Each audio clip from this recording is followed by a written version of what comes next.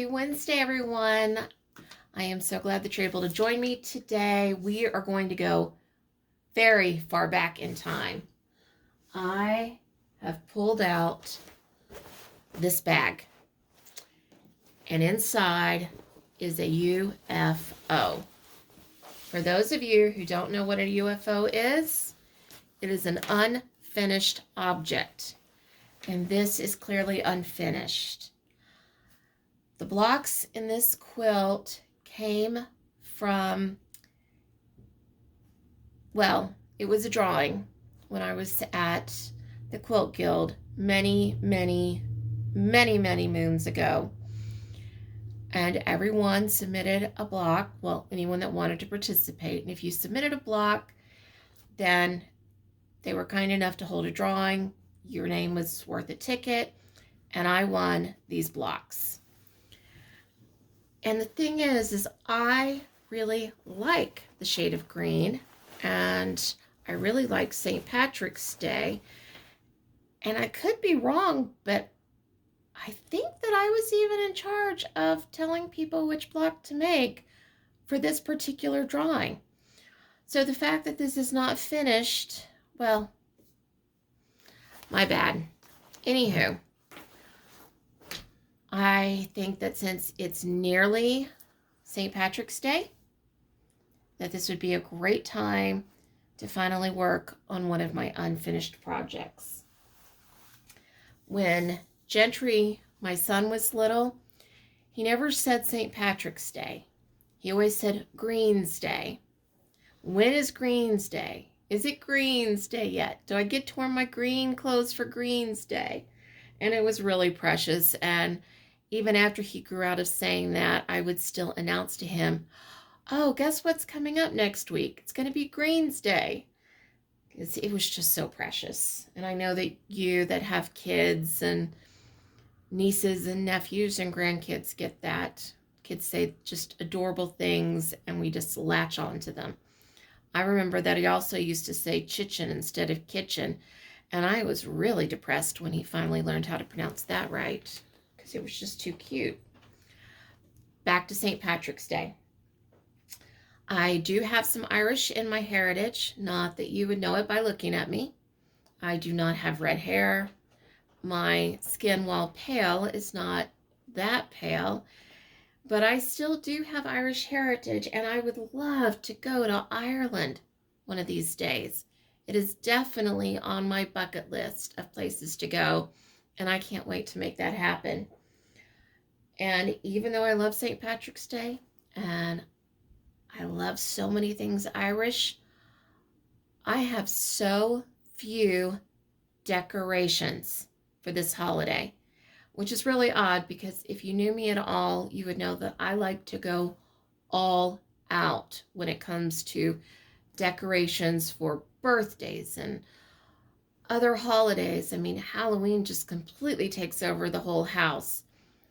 I tend to just be a little unhinged, some would call it. I just call it extra creative. But as I was saying, I don't have that many decorations for St. Patrick's Day, and I only have one quilt, and this was made, well, maybe 2 decades ago, and it is just a tiny little wall hanging. This is it. And it was just a little church group that I participated in, and we decided to make these quilts, one for every month, and it's kind of a calendar series. But this is it. This is all I have. So we need to remedy that and get this one finished. But the very first thing that we need to do is get it ironed, because it's been in that bag for longer than I can remember. So let me iron it and get it on the design wall, and we can take a look. Okay, it looks better now that I've gotten a lot of the issues pressed out of it. However, I kind of remember now why I didn't finish it. No one sews the same. I don't know if any of you who have done block swaps or whatever have noticed, but some people, their 1/4 inch is smaller, some it's bigger. There are all sorts of issues, especially if you look at the lower right hand side. That is wonky. Okay, I'm debating on whether or not I should fix that or pretend that it's going to quilt out. If you have a vote, please let me know down below in the comments section, and I will definitely take whatever you say to heart. Now I need to go look at the fabric because we need to put a border on this. Let's go do that. All right, let's see what we have here. I looked in the back where the quilt was, and we do have an orphan block here.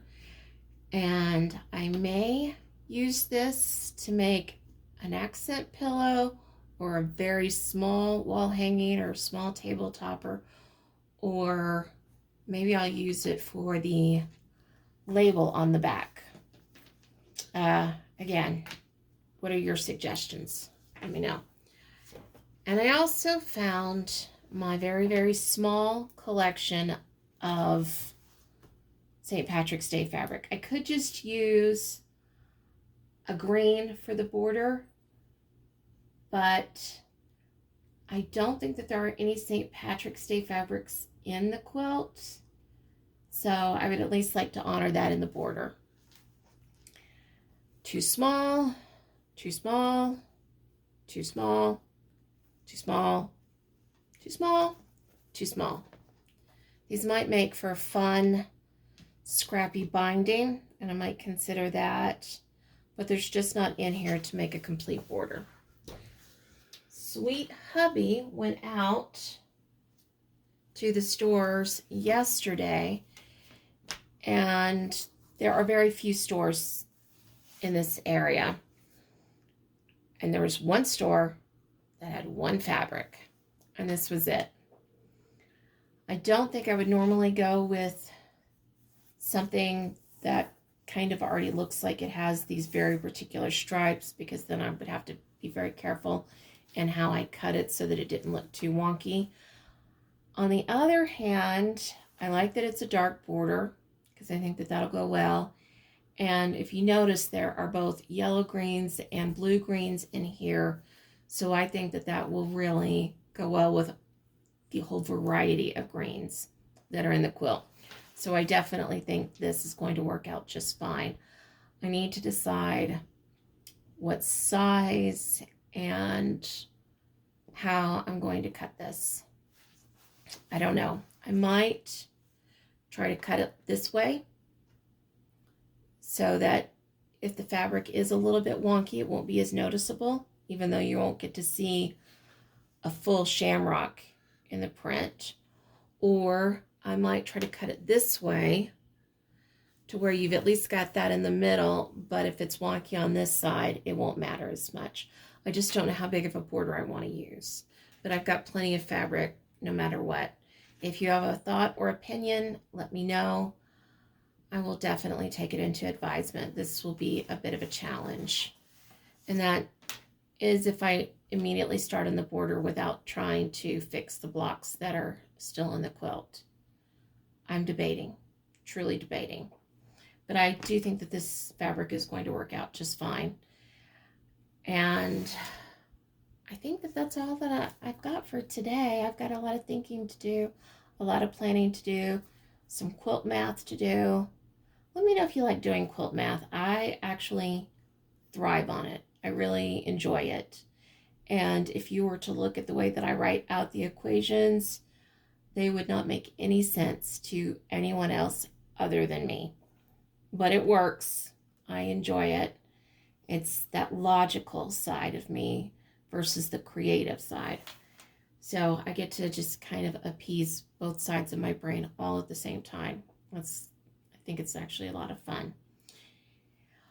All right.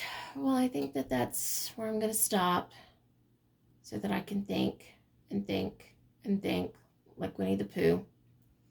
I hope you guys have a wonderful night and a great start to your morning tomorrow. And I also hope that you're cozy in your jammies.